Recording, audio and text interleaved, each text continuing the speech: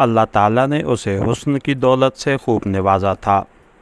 Hotel में मौजूद तकरीबन हर शख्स ने उसे पसंदीदा और ख्वाहिश आमेज़ निगाहों से देखा, लेकिन वो कमाल बेनियाजी से कदम उठाती एक मेज़ की तरफ बढ़ रही थी जो खाली थी और उस पर रिजर्वेशन की तख्ती रखी थी। वो मेज़ के पास पहुंची और एक कुर्सी पर बैठ गई। रिजर्वेशन की तख्ती उसने उठाकर मेज़ के नीचे डाल दी और अपना हैंड पर्स मेज़ पर रखकर सरसरी निगाहों से इधर उधर देखने लगी।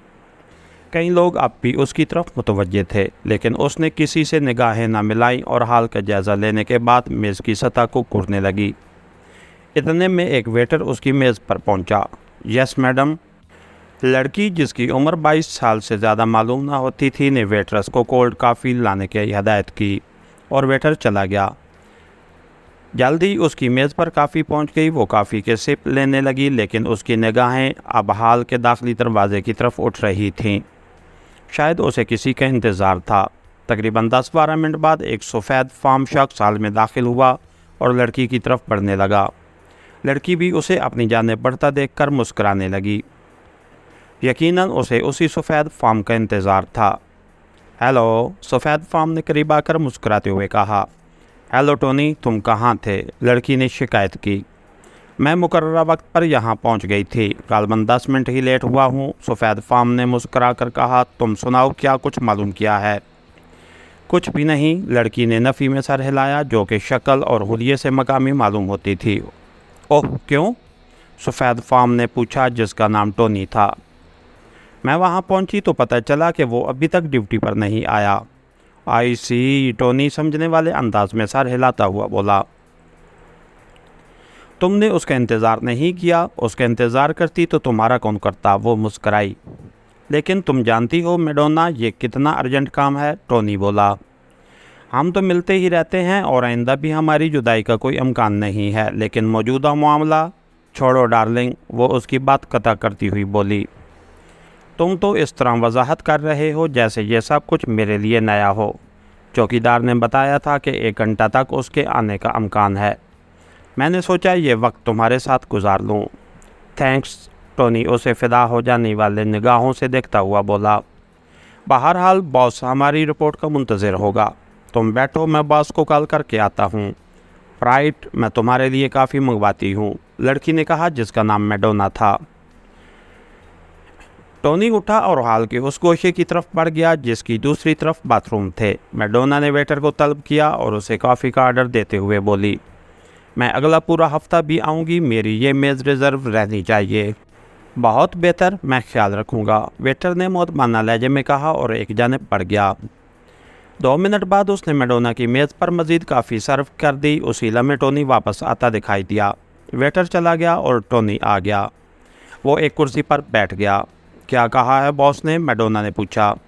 तुम पर खफा हो रहे थे, टोनी बोला। अब उन्होंने तुम्हारे लिए हुक्म दिया है कि तुम उसके ऑफिस के करीब रुककर उसका इंतज़ार करो, उस वक्त तक जब तक उसके आने की उम्मीद ख़त्म ना हो जाए। राइट?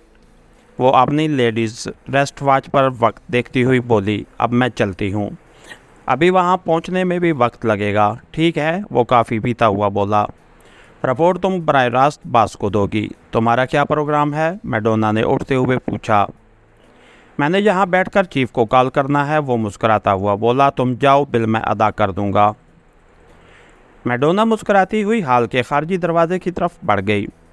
हाल से निकलकर वो कंपाउंड में आई और सुरफान की बेउक कार की तरफ बढ़ी जो पार्किंग शेड के बाहर खड़ी थी। वो ड्राइविंग सीट पर बैठी और इंजन स्टार्ट करके चल पड़ी। होटल की हदूद से बाहर आकर उसने कार का रुख मशरक़ की तरफ कर दिया।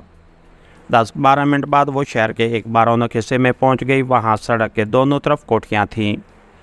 कई कोठियों के गेट बंद नज़र आ रहे थे। एक कोठी के गेट पर उसने कार रोकी और हारन दिया। चंद लम्हों बाद गेट खुला। खोलने वाला चौकीदार था। खान शाहिद साहब आ गए हैं? मैडोना ने पूछा। हाँ, मैं उन्हें इत्तला करता हूँ, चौकीदार ने सर हिलाकर कहा और गेट बंद कर दिया। मैडोना इंतज़ार करने लगी। तकरीबन 2 मिनट बाद गेट खुला और एक जवान शख्स बाहर आया। वो मैडोना को देखकर चौंका और करीब आ गया। मैडोना उसकी तरफ देखकर मुस्कराई। फरमाइए, वो मैडोना को पसंद करने वाली निगाहों से देखता हुआ बोला। क्या आप मुझे चंद मिनट देंगे? बहुत ज़रूरी बात करनी है, मैडोना ने मुस्कुराते हुए कहा।